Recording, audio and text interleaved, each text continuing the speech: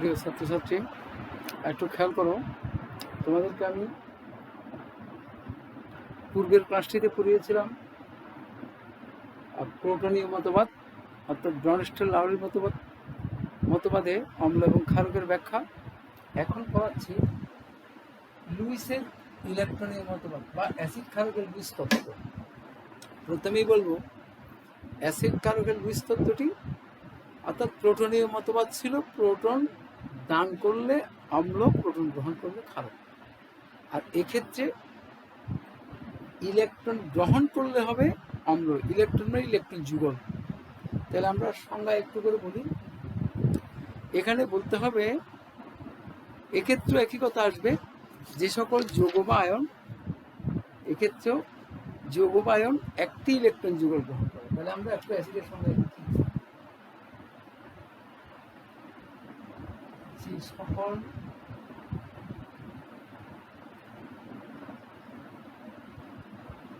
যৌগ বা আয়ন একটি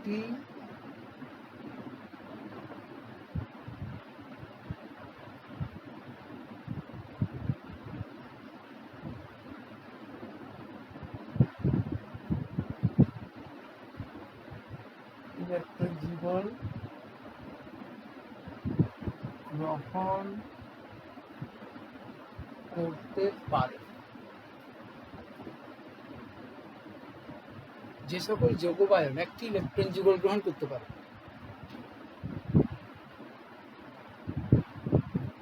তাদেরকে লুইস অ্যাসিড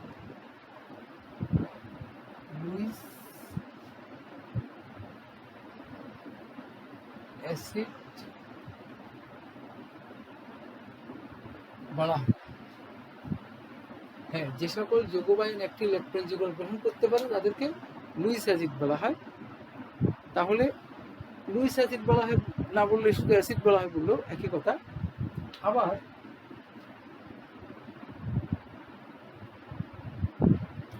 ক্ষারক হবে যে সকল যৌগ বা আয়ন একটি ইলেকট্রন যুগল প্রদান করতে পারে, তবে কমপক্ষে একটি ইলেকট্রন যুগল। একাধিক ইলেকট্রন যুগল দান করবে সেটাও ক্ষারক হবে। তাহলে যে সকল যৌগ বা আয়ন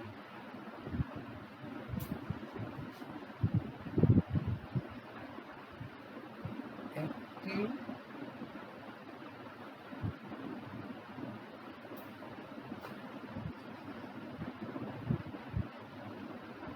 ইলেকট্রন যুগল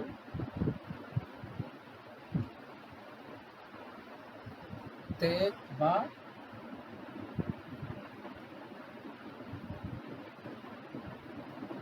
দান করতে পারে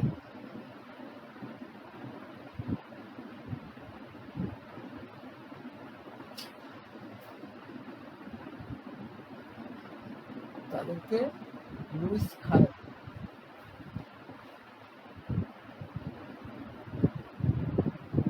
বলা। যে মতবাদটা আসুক না কেন, তোমাদের প্রথমেই লুইস অ্যাসিড, লুইস ক্ষারক। প্রিয় ছাত্রদের, তোমাদের আমি একটা কথা বলি, 2018 সালে এই লুইসের অম্লক্ষারক তত্ত্ব মতে একটি প্রশ্ন আসছিল। তোমাদের আমি আজকে এই ক্লাসেই শেষের দিকে দেখাবো। তো প্রথমেই তোমাদের ওই প্রশ্নের উত্তরে আগে সংজ্ঞা লিখতে হবে, তারপর বুঝিয়ে ব্যাখ্যা দিতে হবে কোনটা লুইস অম্ল, কোনটা লুইস ক্ষারক। তো সেটার আলোকে আমি তোমাদের পড়াচ্ছি, দেখো। তাহলে আমরা অ্যাসিড বললাম যে সকল যৌগ বা আয়ন একটি ইলেকট্রন যুগল গ্রহণ করতে পারে তাদেরকে লুইস অ্যাসিড বলা হয়। আর লুইস ক্ষারক হবে যে সকল যৌগ বা আয়ন একটি ইলেকট্রন যুগল ত্যাগ করতে পারে বা দান করতে পারে তাদেরকে বলা হবে লুইস ক্ষারক। এবার দেখো এখানে carbon dioxide, sulphur dioxide, sulphur trioxide, boron trifluoride, aluminium fluoride, copper ion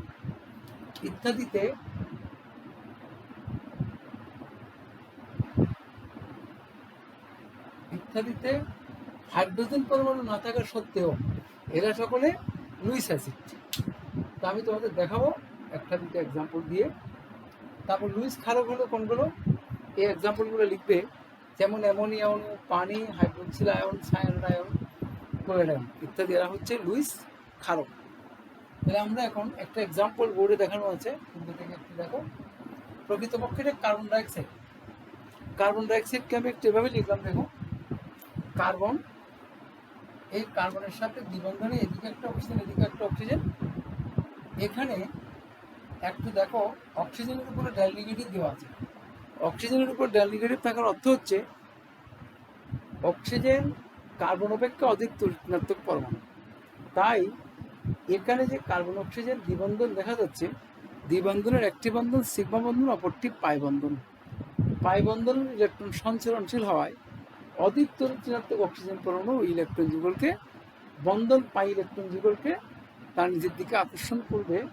সে কারণে অক্সিজেন পরমাণুর উপর আংশিক ঋণাত্মক চার্জ দেওয়া হলো দুটি অক্সিজেন পরমাণুর উপরে।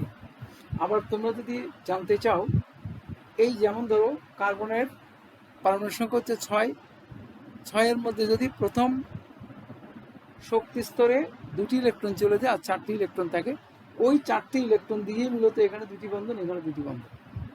কিন্তু অক্সিজেনের পারমাণবিক সংখ্যা হচ্ছে কত? 8। 8-এর মধ্যে প্রথম শক্তি স্তরে 2টি ইলেকট্রন চলে গেলে আর থাকে 6টি ইলেকট্রন।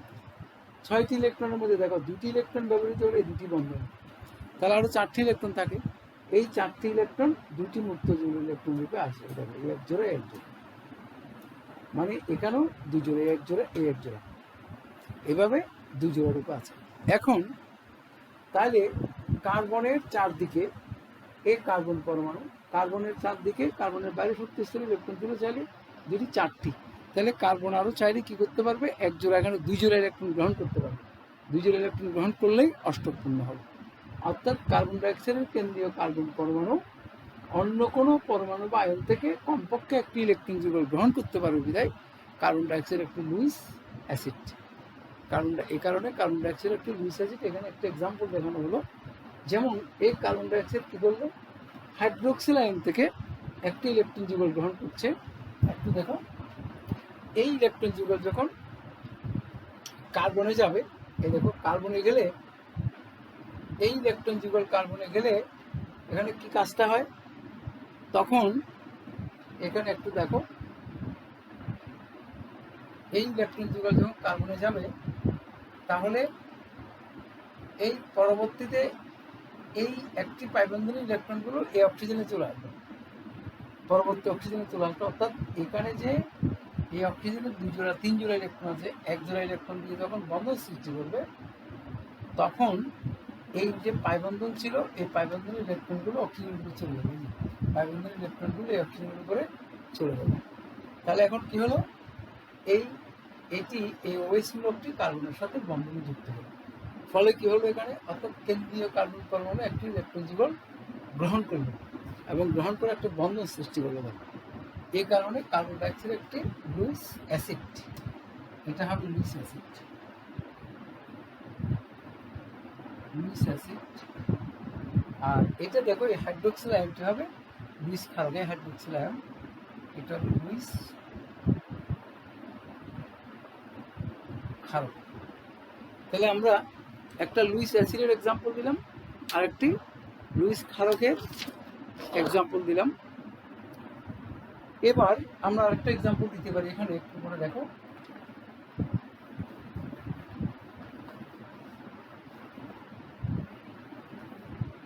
যেমন এখানে বোরন ট্রাইফ্লোরাইড BF3, বি, এই 3টা বন্ধন, 3টি ফ্লোরিন প্লাস অ্যামোনিয়া, NH3-কে আমরা এভাবে লিখতে পারি।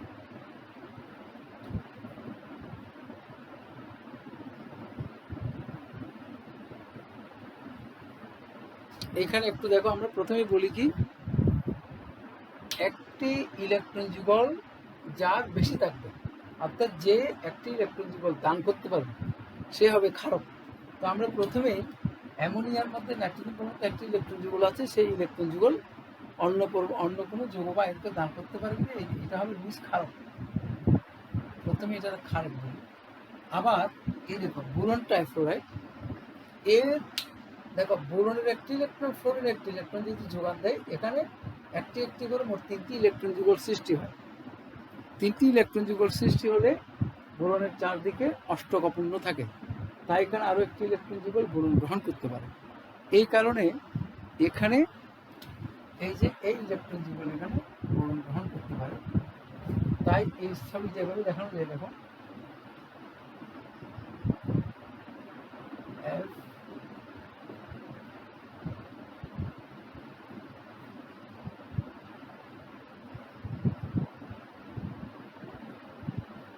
এই রূপে তারা বন্ধন সৃষ্টি করতে পারে, এই রূপে তারা বন্ধন সৃষ্টি করতে পারে। এটা মূলত একটি এখানে যে ইলেকট্রন যুগল সৃষ্টি সমযোজী বন্ধন, আর এই ধরনের বন্ধনকে আমরা সন্নিবেশ বন্ধন হিসেবে পড়েছিলাম পূর্বে। তাহলে একটু করে দেখো, এটা লুইস ক্ষারক আর এটা হলো লুইস অম্ল।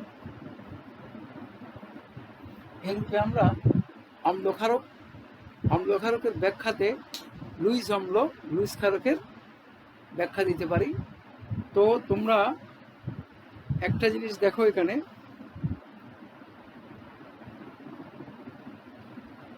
যেমন একটু আগেই বলছিলাম জিনিসটা, যেমন হাইড্রোক্লোরিক অ্যাসিড,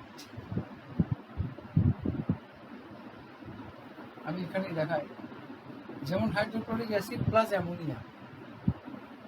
প্রশ্নটা হচ্ছে কি জানো, এখানে বলেছে এই ধরনের একটা বিক্রিয়া থেকে লুইস অ্যাসিড ক্ষার, অর্থাৎ বিক্রিয়াটি লুইস অ্যাসিড ও লুইস ক্ষার, এই বিক্রিয়া লুইস অ্যাসিড ও লুইস ক্ষার নির্ভর করবে। এটা অ্যামোনিয়াম ক্লোরাইড।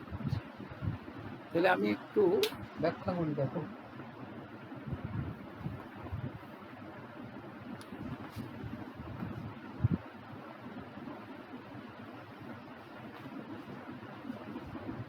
এখানে দেখো, আমি বিক্রিয়াটা নিচে লিখলাম, যদিও আমি একটু উপরে এভাবে বোঝার সুবিধার্থে দেখায়।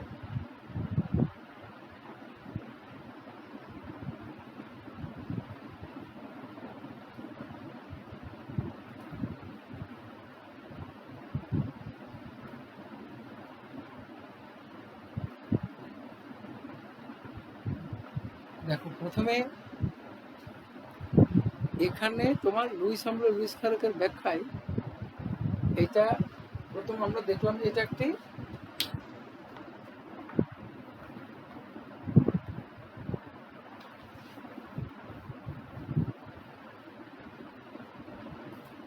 দেখো এটা হচ্ছে লুইস ক্ষারক বা ক্ষারক বলতে পারি, লুইস ক্ষারক।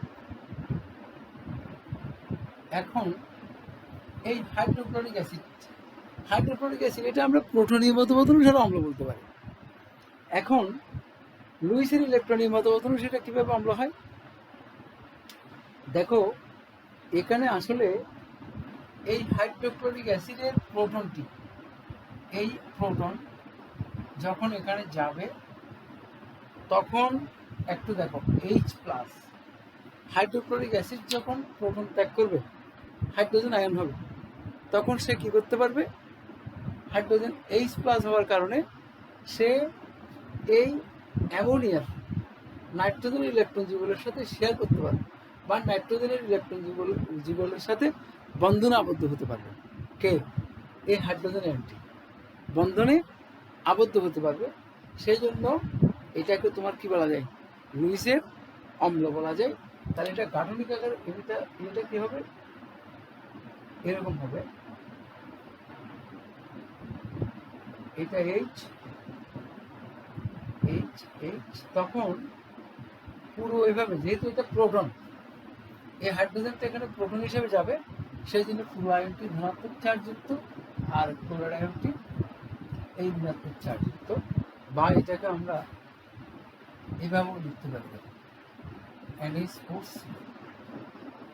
তাহলে লুইসের ইলেকট্রনীয় মতবাদ অত্যন্ত গুরুত্বপূর্ণ মতবাদ এটি। এই মতবাদে আমি দুইটা এক্সাম্পল দেখালাম, আর প্রথমেই কতগুলি যৌগ বা আয়ন দেখিয়ে লুইস অ্যাসিড বা লুইস ক্ষারক দেখিয়েছি। তোমরা আমি অন্ততপক্ষে আমি যা দেখিয়েছি সেই জিনিসটা দেখবে, আর রাসায়নিক বিক্রিয়া থেকে যেন বুঝতে পারো যে এখানে কোনটা লুইস অ্যাসিড কোনটা লুইস ক্ষার। লুইসের ইলেকট্রনীয় মতবাদ অনুসারে কিন্তু দিতে পারে পরীক্ষার মধ্যে, তো তোমরা একটু কেয়ারফুলি দেখবা। তো তোমাদেরকে আমি বিগত 2018 সালের সৃজনশীল প্রশ্নে একটা আসছে তোমার এই লুইসের ইলেকট্রনীয় মতবাদ অনুসারে ব্যাখ্যা আসছে, সেই জিনিসটা আমি একটু করে দেখাচ্ছি, একটু পরেই দেখাবো। এটা একটু দেখো তোমরা। এই প্রশ্নটা আসলে মূলত এটা এভাবেই প্রশ্নটা ছিল। 18 সালের সৃজনশীল প্রশ্ন হিসেবে ছিল, বইয়ে পরীক্ষা দিয়েছিল।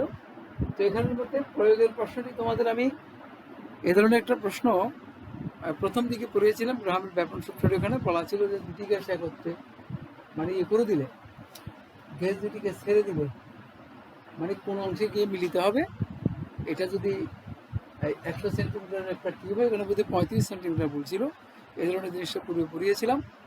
তো আমি তোমাদের অঙ্ক হিসেবে করেছিলাম সেটা। এখন উচ্চতরোধক প্রশ্ন ছিল যে এই ধরনের প্রশ্নটা ছিল, অর্থাৎ এটা কোন মতবাদে উদ্দীপকের গ্যাসীয় যৌগদ্বয় কোন মতবাদের আলোকে অ্যাসিড ও ক্ষারক হিসেবে চিহ্নিত করা যায়। অর্থাৎ উদ্দীপকের এবার প্রশ্ন ছিল,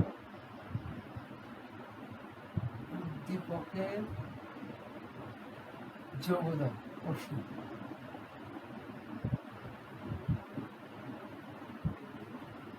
যৌগদ্বয়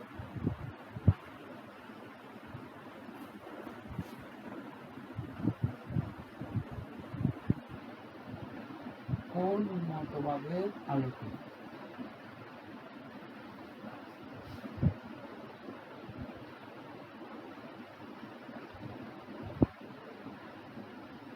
অ্যাসিড ও ক্ষারক, অ্যাসিড ও ক্ষারক হিসেবে ক্রিয়া করে ব্যাখ্যা করো, এরকম প্রশ্নটি ছিল। তাহলে আমরা প্রথমে এখানে বলতে হবে, উত্তরটা এভাবে আসবে, উদ্দীপকের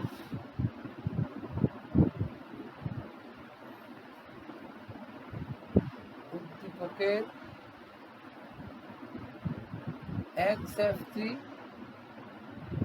ও OH3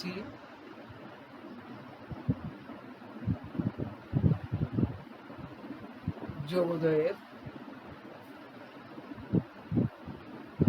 X ও Y এর প্রোটন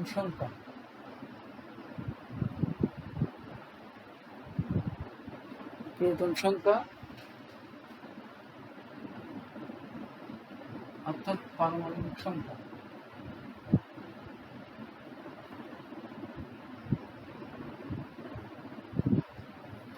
পারমাণবিক সংখ্যা 5 ও 7 হওয়ায়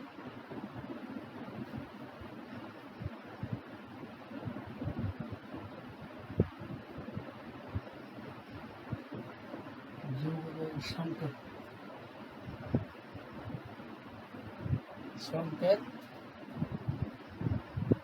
5 যার পারমাণবিক সংখ্যা 1, সেটা হচ্ছে বোরন। এই জন্য এটা হবে BF3 ও Y যার পারমাণবিক সংখ্যা, তারপর Y যার পারমাণবিক সংখ্যা হচ্ছে 7, তাহলে নাইট্রোজেন, তাহলে এটা হবে NH3। তাহলে এখন একটু দেখো লুইসের ইলেকট্রনের মতামত অনুসারে এরা কিভাবে অম্ল এবং ক্ষারক হয়। প্রথমেই দেখো 1 2 3 F দেখালাম। আচ্ছা, এইভাবে দেখাই B F প্লাস অ্যামোনিয়া।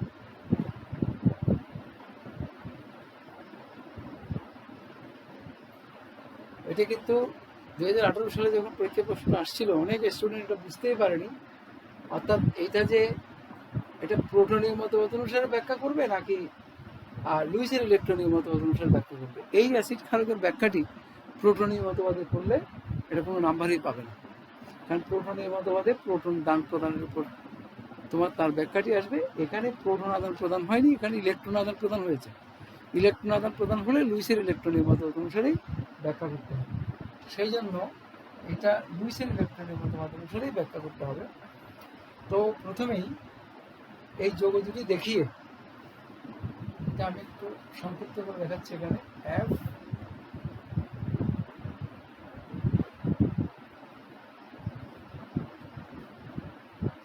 বলছে,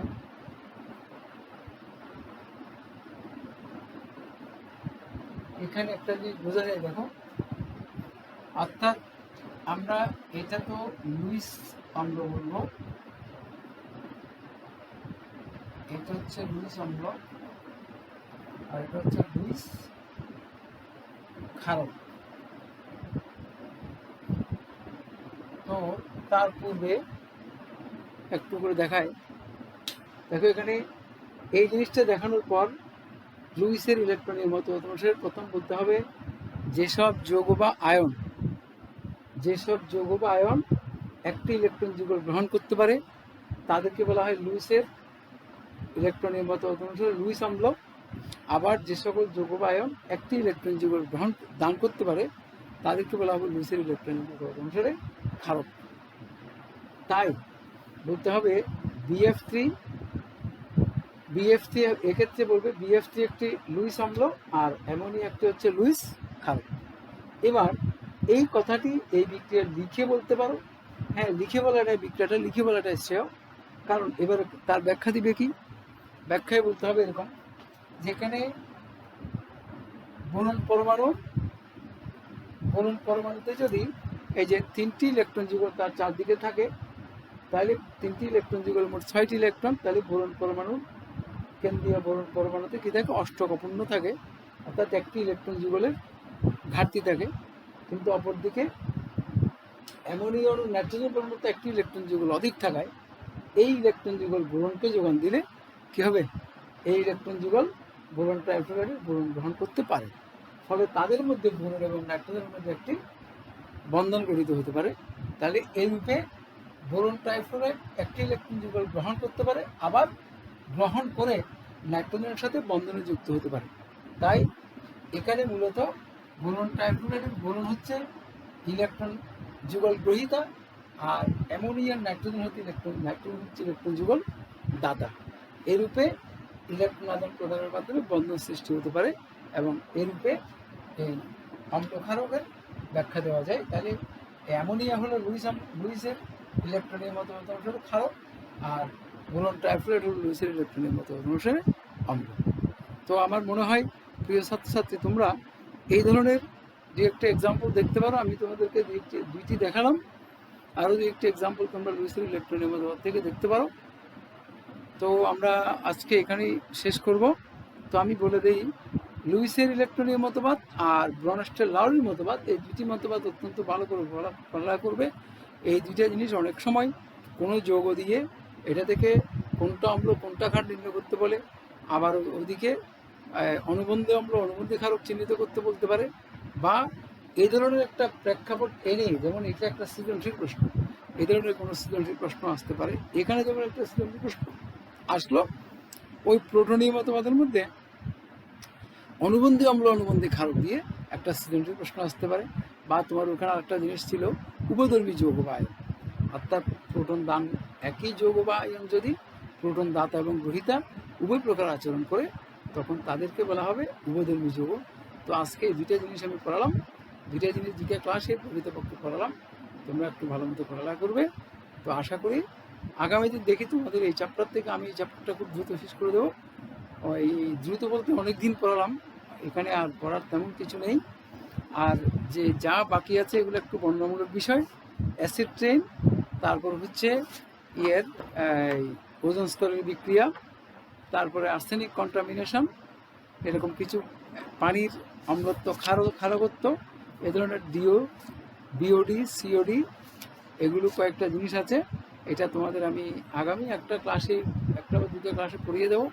আমার মনে হয় এই চ্যাপ্টারে আর বিশেষ কিছু পড়তে হবে না। যদি পড়তে হয় এগুলো স্বাভাবিক ক্লাস চলাকালীন সময়ে তোমাদেরকে আবার আমি এগুলো মোটামুটি একটা ধারণা দেবো, বা তার উপর আরও কিছু সৃজনশীল প্রশ্ন করাবো। তো আজকে এখানেই শেষ করলাম। সবাইকে অসংখ্য ধন্যবাদ।